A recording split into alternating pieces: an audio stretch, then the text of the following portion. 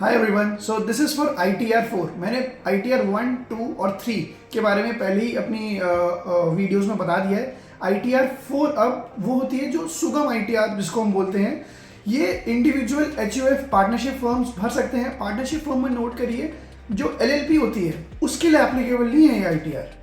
तो अब इस केस में क्या होता है, जब आपके पास बिजनेस इनकम होती है जो 50 लाख से ज़्यादा नहीं होती है, अदर सोर्सेज में कोई इनकम होती है अदर देन हॉर्स रेसेस और लॉटरी इनकम जो भी 50 लाख से ज़्यादा नहीं होनी चाहिए, अगर तो आप इसमें ITR 4 भर सकते हैं। और अगर आप प्रिजम्पटिव इनकम में फॉल कर रहे हैं 44AD, 44AE या 44ADA के अंदर, तो आप ITR 4 भर सकते हैं। अब ITR 4 आप कब नहीं भर सकते हैं?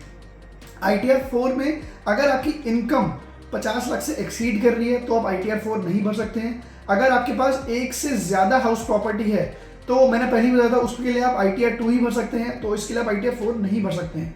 अगर आप कोई भी फॉरेन असेट, कोई भी फॉरेन इनकम एंजॉय कर रहे हैं तो आप ITR 4 नहीं भर सकते हैं। अगर आप किसी कंपनी के डायरेक्टर हैं, अगर आपके पास अनलिस्टेड इक्विटी शेयर्स हैं तो आप ITR 4 नहीं भर सकते। अगर आप RNOR हैं या नॉन रेजिडेंट हैं तो आप ITR 4 नहीं भर सकते हैं।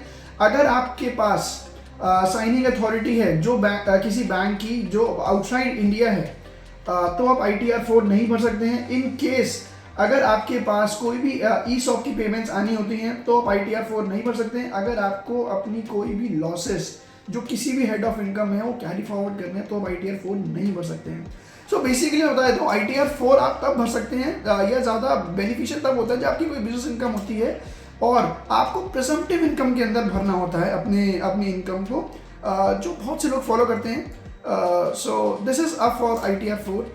Thank you for watching this video and please stay connected for ITR 5, 6 and 7। Thanks.